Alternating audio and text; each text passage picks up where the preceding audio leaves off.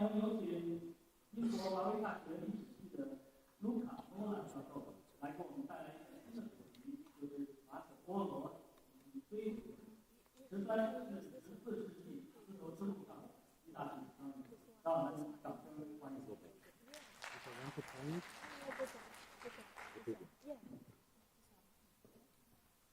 Thank you very much to the chairman for my presentation, to Professor Chalkan for inviting me, and the splendid hospitality that I have received here. I have to clarify that I will bring you away from the Silk Road for 20 minutes at least. Let me check the time because it's important. And my discussion will be on Italians and Italians on the Silk Road, but it's more widely Italian merchants between the 13th and 14th century in Asia. China, India, but also parts of Persia and other parts of the Silk Road and Asia in general.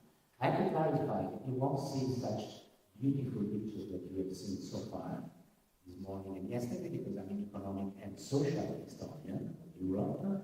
But one line of research that I'm developing at the moment is the connection between Italian trade and Asia. But it's not, and today I won't talk about only what the Italians did when they went to Asia, but also what Asian objects and Asian people, which is interesting, did to Italy and to the development, especially of the silk industry in the 14th century.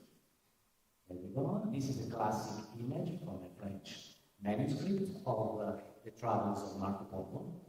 You can see on the right side Marco Polo with his father and uncle that are leaving for China from Venice. This is a very fantastic image of Venice with swans swimming on the lagoon. But it's there are 4 horses, and some of the characters of the same Marco Polo, the center of Venice, are real.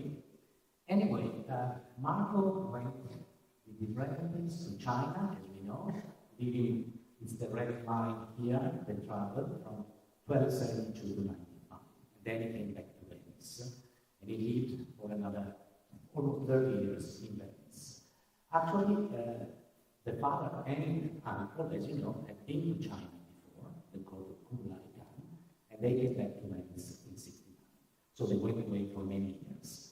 In the time in which the father and uncle, Marco Polo, were going for the first time to China, we have the first document, and I will say the first of different things today. The first document that we have in Italy of Italian merchants on the Silk Roads.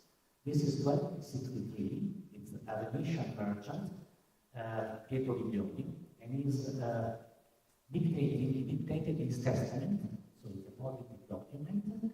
There are, as testimonies, other Italian merchants from Tuscany, as a Frenchman, probably from Marseille.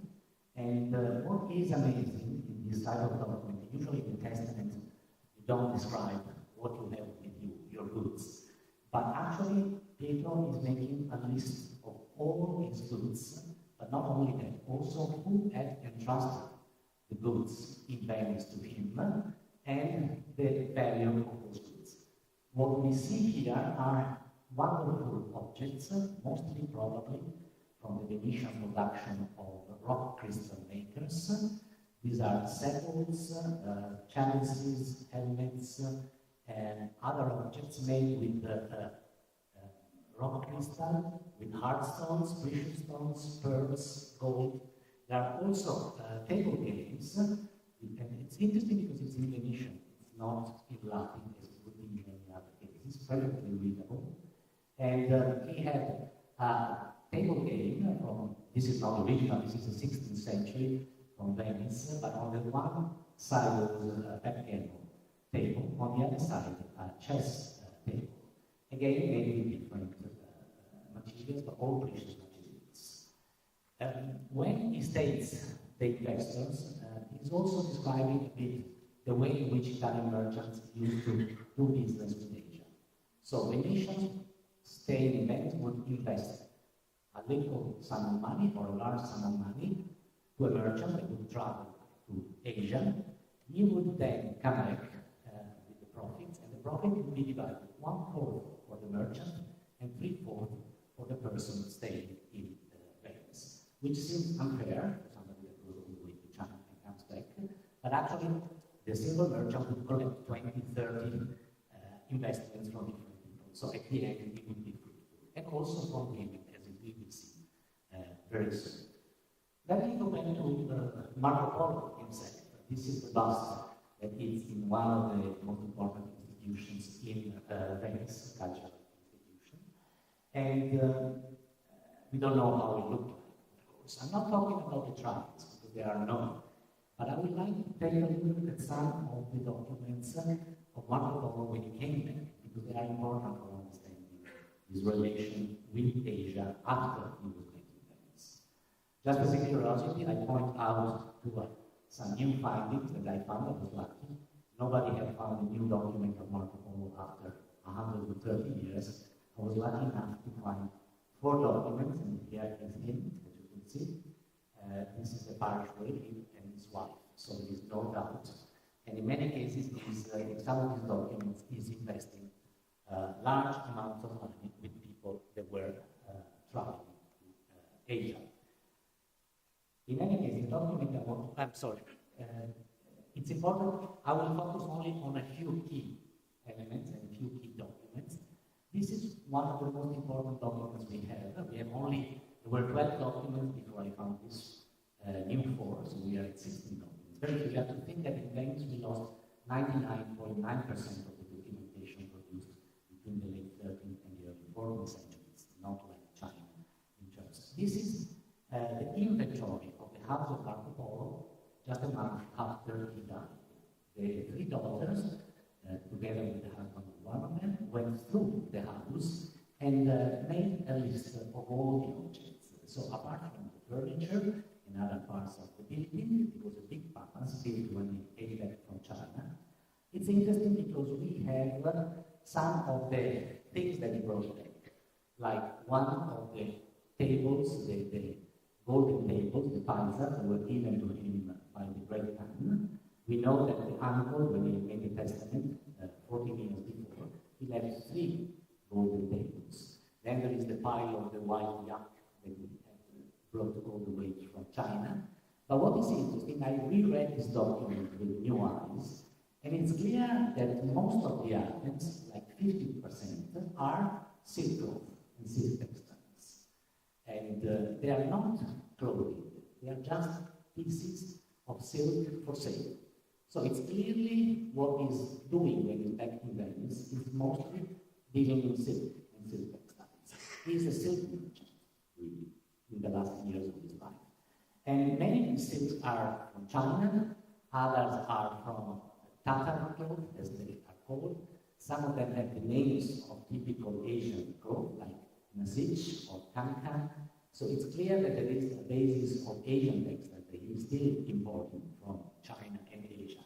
Many others could have been produced in Venice, actually, copying the Chinese models. There is a confusion here in terms of what is Italian and what is from Asia in this period. This is, sorry that the picture is not wonderful, but it's an ecclesiastical vest donated by the Pope, Benedict XI, first decade of the 14th century. The white, that is beautiful, but you don't see it from the picture, the white stripes are Chinese silk with gold embroidery, very fine floral details. The blue parts are from Italy, copying the Chinese textiles. So it's a mixture of different things. And there are also 2 shoes. One is of textile from Persia, from the Ilkhanate, and the other is from Italy. The same you can see in many paintings in Italy. The Madonnas and other saints are recognizably Asian textiles. What Venetians, Italians call Tatar cloth, more generally at the time. But you can see here you have an imitation, a copy. This is an Italian copy made in the early 14th century of Tatar cloth because of the patterns and the textile structure. There was only one city that was able in the late 13th, early 14th century to imitate Asian models. This is a small city in Tuscany, near Florence, the city of Luca. The city of Luca, we don't know why, there were bankers and merchants, but they developed a silk industry of high quality already by the mid-13th century. With the importation of a lot of textiles from Asia, they were able to copy little by little and imitate these textiles. There was a fight, political disruption in the city in 1314. Large part of the population, silk merchants and artisans, left the city. They were banished overnight. They had to just escape. Some of them went to the city of Bologna, that is not far from Tuscany, but 60 families arrived in Venice, and they were hosted by Venetian merchants. They established also the first silk guild of these very specialized technicians, and it's this building that has been remade in the 16th century. But if you take any of the two streets on the side, you go immediately to the Palace of Marco Polo, where it stood at the time. And some of the leaders of this community live actually in the house of Marco Polo. The interesting thing is that we have these people developing an industry of silk cloth that imitated the Chinese and Asian models, but you have also, and this is the first document to my knowledge of an Asian artisan positively being in Europe. This is a document that is drawn up in the house of Marco Polo, here they say in Domo de Capano, in the same parish, and it's one of the biggest merchants of the community from Luca, and he hires for 6 years a Tatar weaver, an expert of velvets, that should use only for him new types of velvets. There is a problem because this Tatar weaver is actually producing also for other people, but we know that 2 years later he is the official translator for the Venetian Republic with the golden hoard cabinet in Cremona. So this is certainly the first person. So you can see the arrival of technicians from Asia to Italy to teach some of the secrets of the technology. Let me move on. And I'll move to another case. This is one of the most beautiful and most important cases of Italian merchants in Asia. Relatives of Marco Polo living next to him. Thanks to this court case that is in a very bad condition when I saw it in the archives, I proposed my university to restore it, so they are paying now for the restoration of the document. These are 6 merchants that are just back from China, and they decide to go again all the way to the Sultanate of Delhi in India. The mother of one of the merchants wants to stop him. We have the testimony of the mother saying, I wanted to stop him, and she said, I'm not investing anymore in your travels, because we used to invest in the travel with these merchants. The son said, I'll go anyway, I'll become rich. Unfortunately, among the 6, he died in Afghanistan, but we know all the stops that they made, what they were bringing with them, a lot of woolen cloth. And then finally, they reached the Sultanate of Delhi, in which at the time, 1338, there was a famous Sultan, Muhammad ibn Tughluq, and they were bringing 2 particular gifts. They were bringing a mechanical fountain and a mechanical clock. This is probably the first, again, mechanical objects traveling from Europe to Asia. The mechanical clock, it was disassembled. I don't think they traveled all the way, of course, with an assembled clock. They reassembled it when they arrived in India. It might have looked like this, because this is a clock that was made near Venice in the same period. The Sultan was enthusiastic, and in order to exchange gifts, he gave the 5 merchants at that time 200,000 gold coins. The source talk about Byzantium, so the money from Byzantium, but we have to see that there are 200,000 gold coins. 100,000 were spent to pay for the members of the court, to pay taxes, but with the 100,000 money coins, the Venetians invested in what was the most important importation we could do from India, pearls. They bought pearls. This is an image from another manuscript of Marco Polo. You can see Marco Polo is describing the fishing of oysters, pearl oysters, in the strait between India and Sri Lanka. You can see the fishermen going down for the oysters, and the two people on board reading are two sorts of magicians saying a formula to keep the sharks away from the divers. In any case, the 100,000 points invested in pearls were then brought back to Venice, sent to Paris, to France, and there was a big profit made by the merchants. So this is one of the most documented voyages, the trips that we have. And the description of Marco Polo, the pearls, you can find it here with some signal in the copy of Marco Polo that was in the hands of Christopher Columbus before sailing west. He wanted to reach, as you know, Asia. And that is a book on the global history of pearl that I published recently with two colleagues. But the most important colony of merchants in China and in Asia were not the Venetians, but the Genoese. Genoa is a city on the other side of Italy, in the north, and the Genoese were the great enemies of the Venetians. They created a sort of colonial empire around the Black Sea, centered on Kaffa, the city of Kaffa in Crimea, and from there they went to Persia, Central Asia, and especially to China. There are cases of the Genoese that we know went back and forth even 3 times in 10 years, merchants that were there. I give you just one example of the colony of the Genoese merchants. This is a tombstone that was excavated in Yangzhou in the 1950s, casually during building works. And this is the tombstone of a woman from Genoa that died in China. You can see the Gothic Latin script that says, in the name of God, Amen, here lies Caterina, daughter of Lord Domenico di Milionis, who died in the year of our Lord 1342.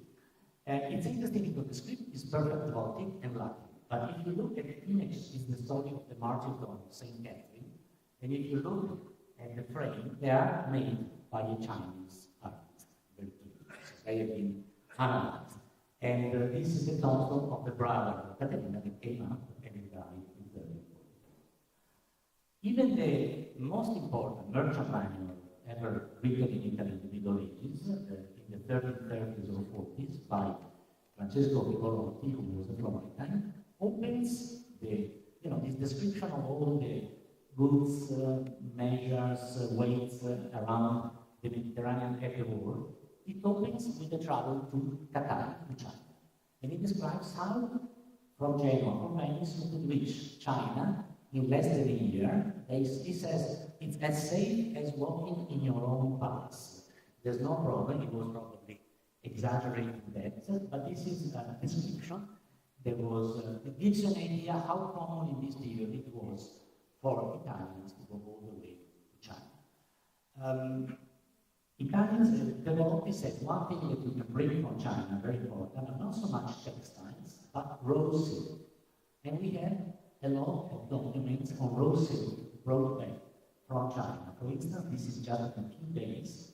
The merchant from Genoa was bringing to Luca something like 1,500 kilos of Chinese silk.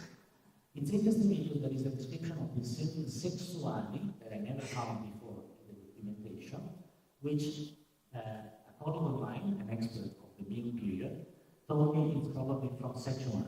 It's the most valuable silk that you can find.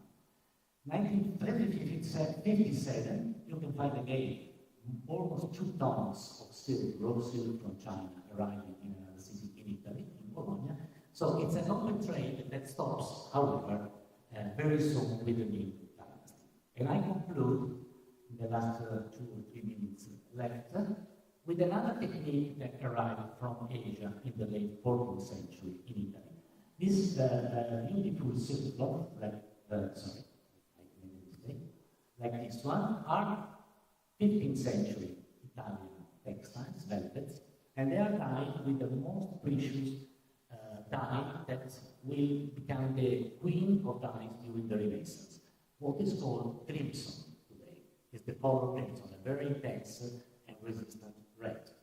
Now, crimson was unknown in Italy until the late 14th century. Here you have the insects, they were the most important dyeing in red in this period.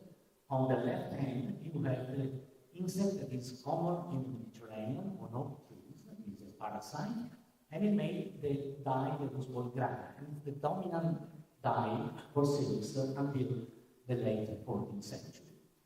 Italians imported threads of cloth dyed in crimson from Asia. They were not able to make that type of dye. There was a moment in the late 14th century in which, because of the competition between Luca and Venice, the government of Luca decided to act. So in 1390, in order to compete with the Venetians, they said, what can we do? There was a committee appointed, and they said, okay, we attract a technician, an Armenian from Asia, to learn, to teach the people here how to dye in crimson.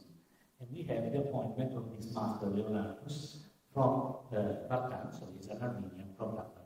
So this is the first case of an artisan, second case of an Asian artisan in Italy, and the first case in which he is paid by a government in order to teach these new technologies. The silk merchants in Venice reacted immediately. Just in 1393, this is an official document presented to the Venetian government. This Tommaso Carlucci, who was a dyer of grain, said, I've been, dreaming of learning how to dye the crimson technique for a life. It's something that you can find among very few people in the world. So I sent my son first to Constantinople to learn this technique, and he couldn't find anybody who could teach it. Then he went on to Kaffa on the Black Sea, and there he couldn't find anybody either. So he went 1,000 kilometers to the east, probably to Persia, and there he learned the technique. He brought back a ton of this very valuable dye, and he started spreading the technology that became the most important technology for dyeing silk throughout the Renaissance. Any painting of Renaissance artists that you see, and also from the north of Europe, when you see these people dressed in beautiful red silk garments, they are dyed with this technology. This just to give you a few examples of possibility of investigating more and finding these links that don't just go one way, Italians going to the Silk Road, but also bringing technicians and bringing technology that would develop the silk industry of Italy very much in the 15th and 16th century during the Renaissance. Thank